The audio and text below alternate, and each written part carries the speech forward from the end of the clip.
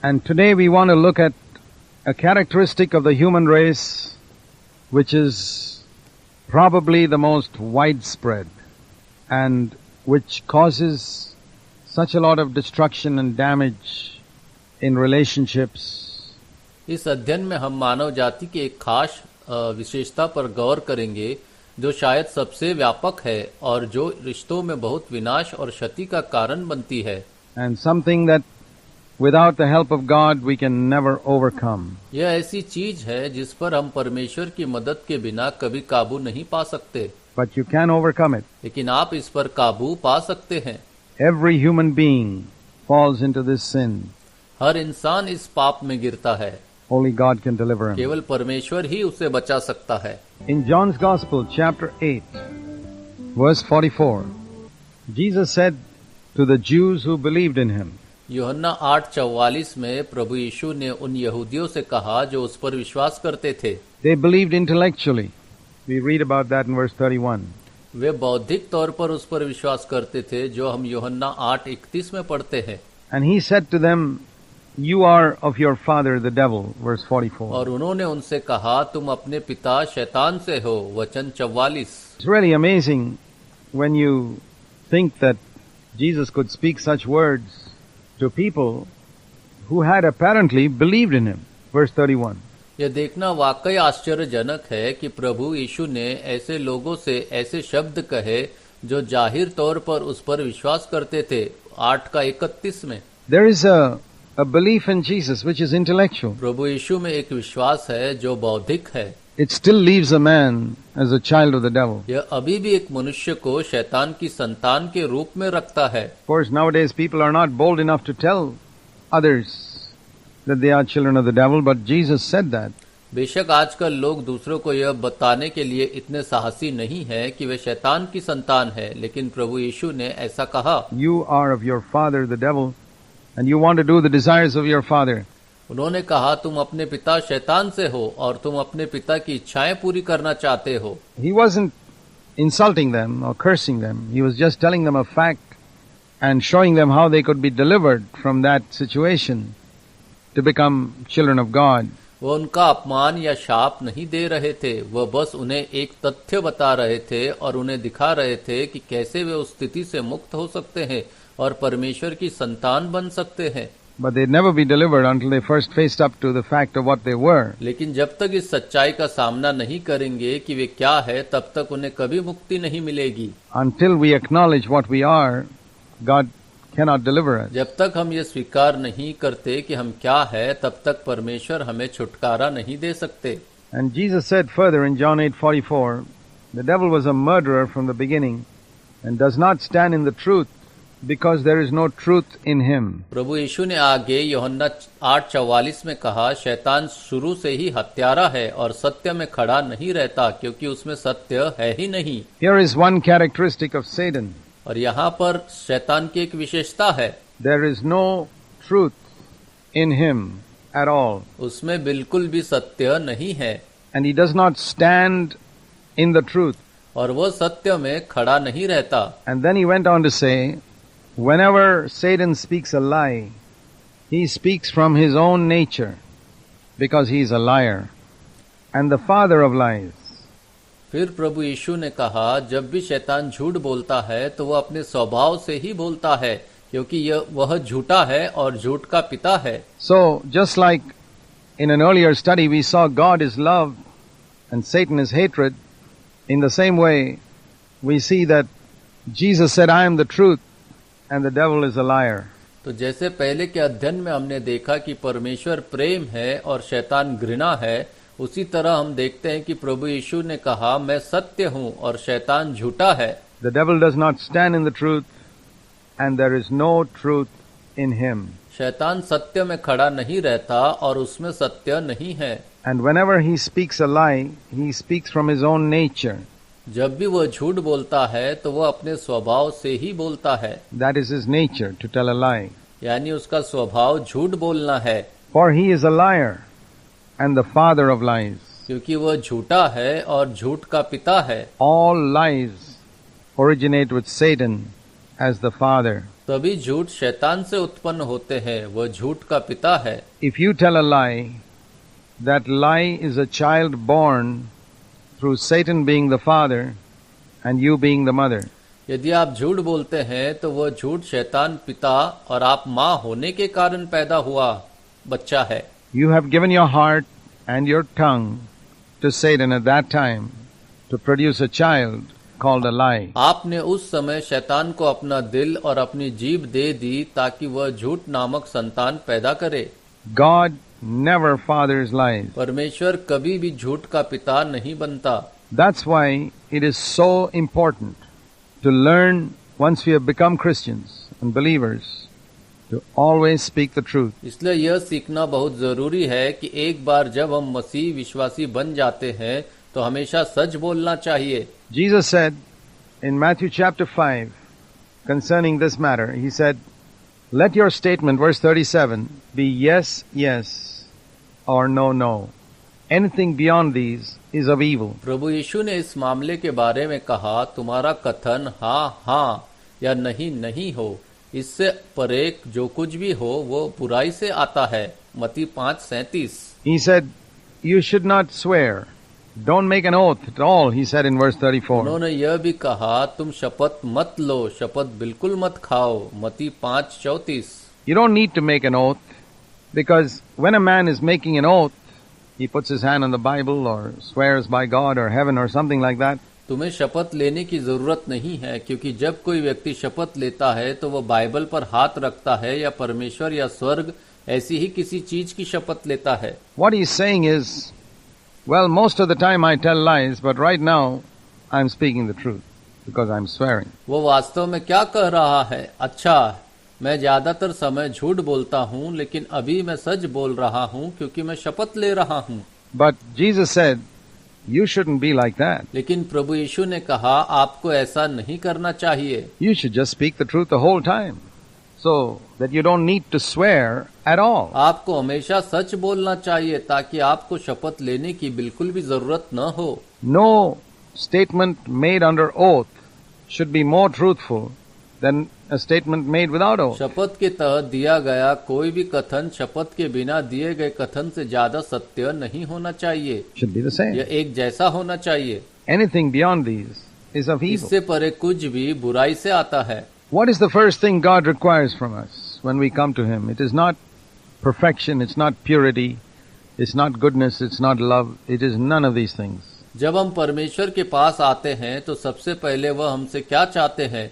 यह सिद्धता नहीं है, यह पवित्रता नहीं है, यह अच्छाई नहीं है, यह प्रेम नहीं है, और यह इनमें से कुछ भी नहीं है। There's only one thing God requires from us when we come to Him, and that is honesty.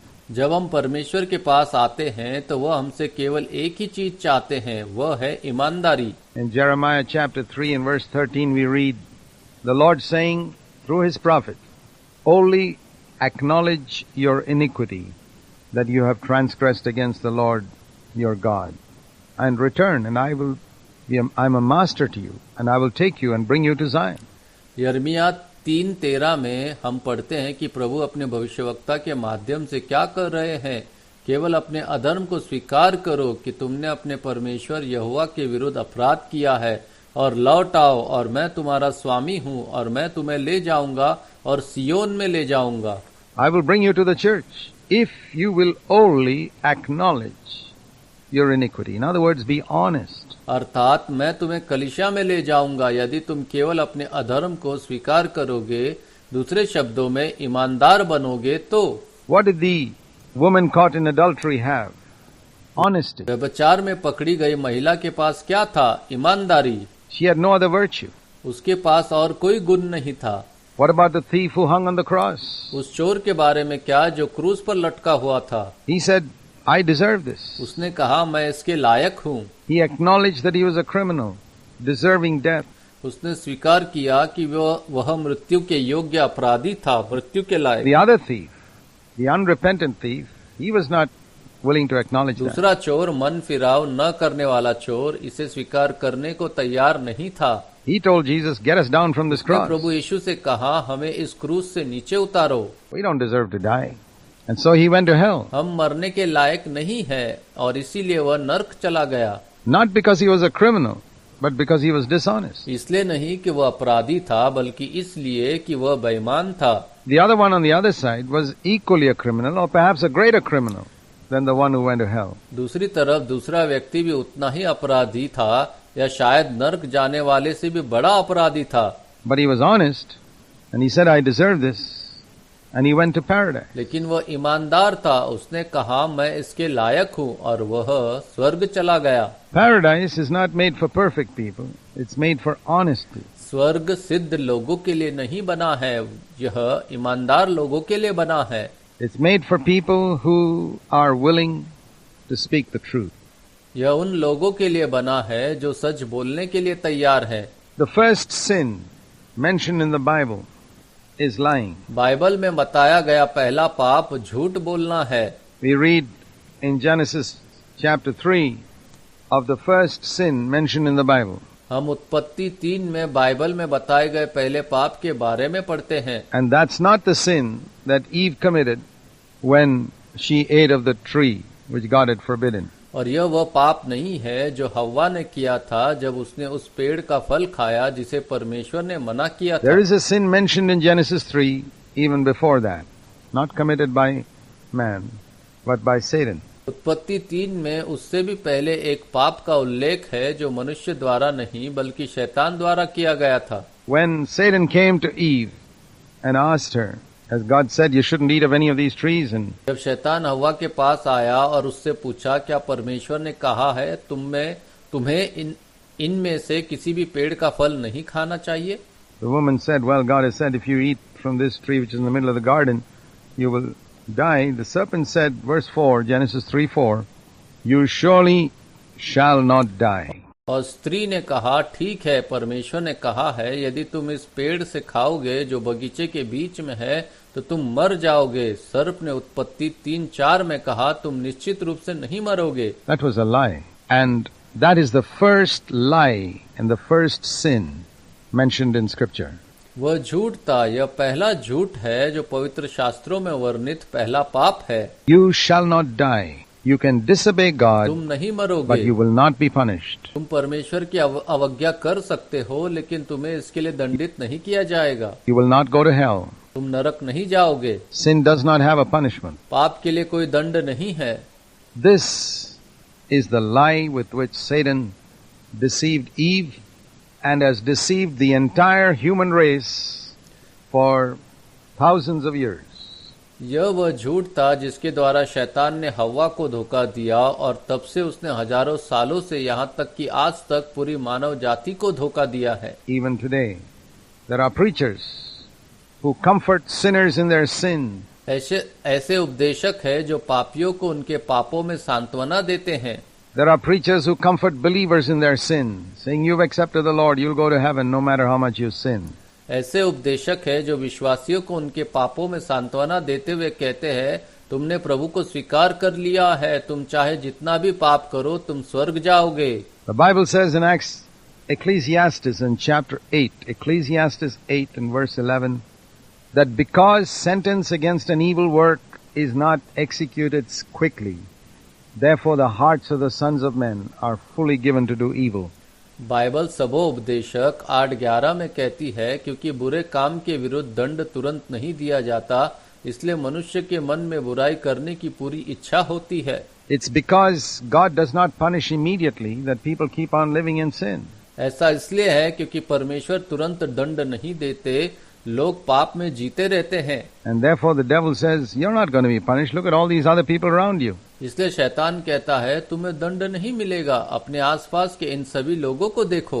Look at the sins they commit. Look at the believers who do so many wrong things and they get away with it. इनके द्वारा किए गए इन पापों को देखो, उन विश्वासियों को देखो जो इतने सारे गलत काम करते हैं और वे इससे बच निकलते हैं। They haven't got away with it.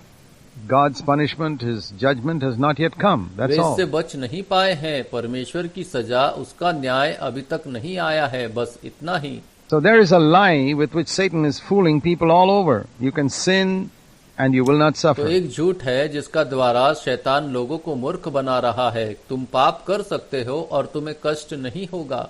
The Bible says that If you live according to the flesh, Romans 8:13, you will surely Bible die. कहती है कि यदि तुम शरीर के अनुसार जियोगे तो अवश्य मरोगे, Romeo 8:13। And Satan says, no, you will not die. लेकिन शैतान कहता है नहीं, तुम नहीं मरोगे।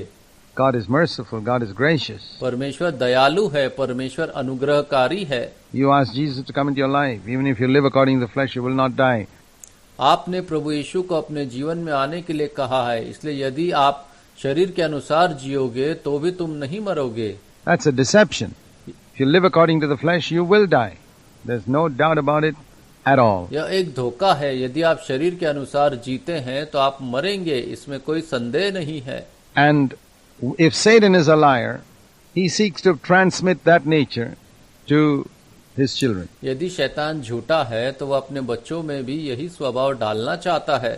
And it's very easy for a believer to be infected with that too. और एक विश्वासी के लिए भी उससे संक्रमित होना बहुत आसान है। Whenever you tell a lie, you are offering yourself to Satan to father one more child. जब भी आप झूठ बोलते हैं तो आप खुद को शैतान के सामने एक और बच्चे के पिता बनने के लिए पेश कर रहे होते हैं। The last sin mentioned in the Bible is in Revelation chapter 22. Bible में वर्णित अंतिम पाप भी प्रकाशित वाक्य 22 में है। And there it says about those who will be outside the city of God in the final day. Revelation 22:15. वहाँ उन लोगों के बारे में कहा गया है जो अंतिम दिन में परमेश्वर के नगर से बाहर होंगे। प्रकाशित वाक्य 22:15 में कहा गया है, Everyone who loves and practices a lie will be outside the kingdom. जो कोई झूठ से प्रेम करता है और उसका अभ्यास करता है वह राज्य से बाहर होगा। Have you ever noticed this before? That the first sin and the last sin mentioned in the Bible is telling a lie. क्या आपने पहले कभी इस पर ध्यान दिया है कि बाइबल में वर्णित पहला पाप और अंतिम पाप झूठ बोलना है? Lying is a very serious thing. झूठ बोलना एक बहुत गंभीर बात है। Lying to God, lying to people, and every lie is fathered by Satan. परमेश्वर से झूठ बोलना, लोगों से झूठ बोलना और हर झूठ शैतान द्वारा जन्मा है। Peter told Ananias, "Why have you lied to the Holy Spirit?" पतरस ने हनन्या से कहा, तूने पवित्र आत्मा से झूठ क्यों बोला? That's why he was killed. इसलिए वह मारा गया। The first sin judged in the early church, lying. आरंभिक कलीसिया में न्याय किया जाने वाला पहला पाप झूठ बोलना था। It's extremely serious. And that's why as parents, one of the most important things we must teach our children is to stop telling lies. यह अत्यंत गंभीर है और इसलिए माता पिता के रूप में सबसे महत्वपूर्ण बातों में से एक जो हमें अपने बच्चों को सिखानी चाहिए वह है झूठ बोलना बंद करे। Our children are born with our nature. हमारे बच्चे हमारे ही स्वभाव के साथ पैदा होते हैं। They tell lies from birth. वे जन्म से ही झूठ बोलते हैं। And unless we show them how serious it is, unless they can see in our lives as parents that we take speaking the truth very seriously, जब तक हम उन्हें यह नहीं दिखाते कि यह कितना गंभीर है, तब तक वे इसे हमारे जीवन में नहीं देख पाते कि हम सच बोलना गंभीरता से लेते हैं। that if we say something, we will do it. कि अगर हम कुछ कहते हैं तो हम उसे करेंगे। If we promise to do something for our children, we keep our word. यदि हमने अपने बच्चों के लिए कुछ करने का वादा किया है तो हमें अपना वचन निभाना है। Or explain to them if some other circumstances came up that prevented us from doing it. और यदि अन्य परिस्थिति उत्पन्न हो जाए जिसके कारण हम ऐसा करने में असमर्थ होते हैं तो उन्हें स्पष्टीकरण देना चाहिए। But telling the truth is a quality, a virtue that we have to battle wholeheartedly if we want to acquire. सच बोलना एक गुण है, एक सद्गुण है। अगर हम इसे हासिल करना चाहते हैं तो हमें पूरे दिल से संघर्ष करना होगा। The Holy Spirit is the Spirit of truth. पवित्र आत्मा सत्य की आत्मा है। And if you want to be truthful, you have to ask the Holy Spirit to fill you and to mortify this lying habit in all your speech. अगर आप सच्चे बनना चाहते हैं तो आपको पवित्र आत्मा से प्रार्थना करनी होगी कि वह आपको भर दे और आपकी सारी बातचीत में झूठ बोलने की आदत को खत्म कर दे। If we do that, we will find God gives us discernment on the lies with which Satan seeks to deceive us. अगर हम ऐसा करते हैं तो हम पाएंगे कि परमेश्वर हमें उन झूठों के बारे में समझ देता है जिनके जरिए शैतान हमें धोखा देना चाहता है।